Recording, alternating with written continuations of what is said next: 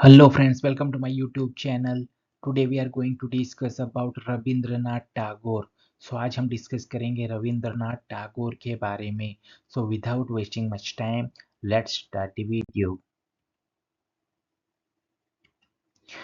Rabindranath टैगोर's real name was Rabindranath Thakur. यानी कि रविंद्रनाथ टैगोर का रियल नेम क्या था? रविंद्रनाथ ठाकुर था. Father name Debendranath Tagore. Mother name Sharda Devi. यानी कि रविंद्रनाथ टैगोर का फादर का नाम था देवेंद्रनाथ टैगोर एंड उनकी मदर का नाम था शारदा देवी.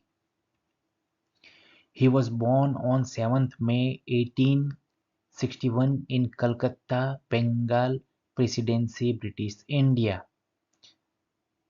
यानी कि उनका जन्म 7th May 1861 को कलकत्ता में हुआ था.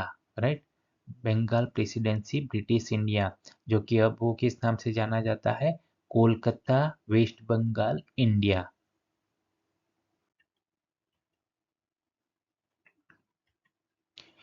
He was a great Indian poet and writer.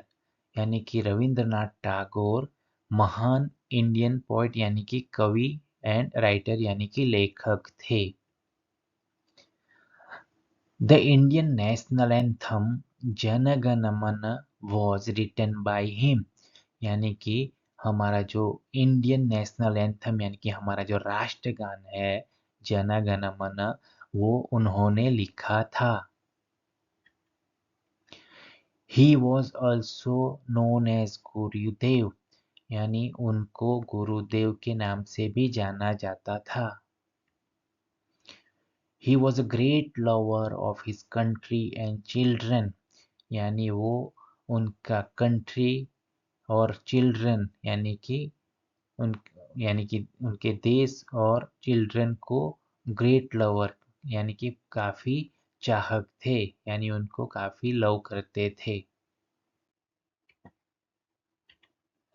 Rabindranath Tagore was the 14th child of his parents.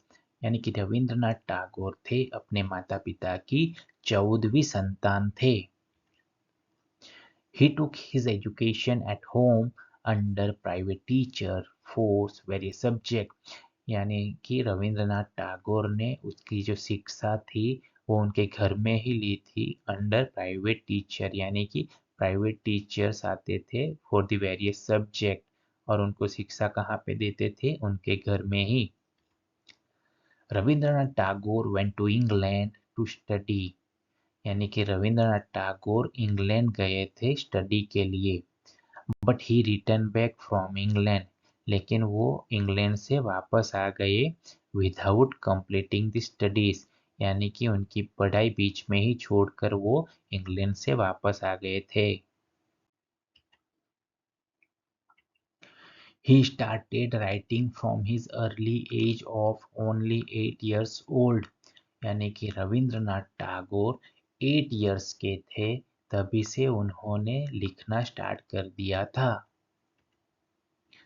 Rabindranath Tagore became the first Indian to receive Nobel Prize in 1913 for the great writing of Geetanjali. यानी कि रविंद्रनाथ टैगोर जो प्रथम भारतीय बन गए थे receive Nobel prize, यानी कि नोबेल प्राइज रिसीव करने वाले प्रथम भारतीय थे इन 1913 में for the great writing of Gitanjali. यानी कि उनको गीतांजलि के राइटिंग के लिए ये नोबेल प्राइज मिला था इन 1930 में. He also became the well famous person in all over the world due to his work. यानी कि रविंद्रनाथ टैगोर उनके वर्क के वजह से वेल फेमस पर्सन यानी कि एक लोकप्रिय इंसान बन गए थे ऑल ओवर द वर्ल्ड में.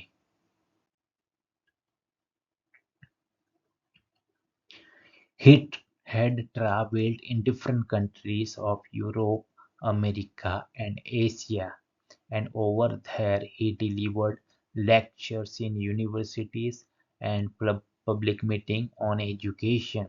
यानी कि रविंद्रनाथ टैगोर ने क्या क्या डिफरेंट कंट्रीज में ट्रैवल्ड किया था। सो कौन सी countries, Europe, America and Asia में। सो वहाँ पे वो क्या करते थे, वो डिलीवर लेक्चर प्रोवाइड करते थे in university and public meeting में। किसके ऊपर, एजुकेशन के ऊपर वो लेक्चर देते थे। He was the certainly man of many talents. So Rabindranath Tagore वो निश्चित रूप से मैन ऑफ मैनी टैलेंट्स यानी कि एक ऐसे इंसान थे जिनके पास कई टैलेंट थे। टैलेंट यानी कि प्रतिभा।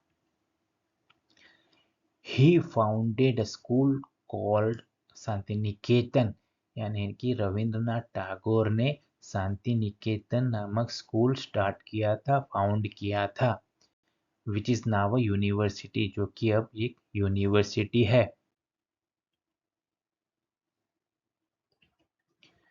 ही ऑल्सो composed म्यूजिक, यानी कि रविंद्रनाथ टैगोर संगीत की रचना भी करते थे। He died on 7th August 1941 इन कोलकाता, यानी कि रविंद्रनाथ टैगोर का निधन 7th August 1941 को कोलकाता में हुआ था। He was famous all around the world, यानी कि रविंद्रनाथ टैगोर एक लोकप्रिय थे पूरे विश्व में। ही always believed in peace and love among all people, यानी कि वो सभी लोगों के बीच शांति और प्रेम में विश्वास रखते थे। Rabindranath Tagore will always be remembered as the source of inspiration, यानी कि रविंद्रनाथ टैगोर हमेशा याद किए जाएंगे as the source of inspiration, यानी कि प्रेरणा के स्रोत के रूप में। Please like, comment, share and subscribe this channel. Thank you.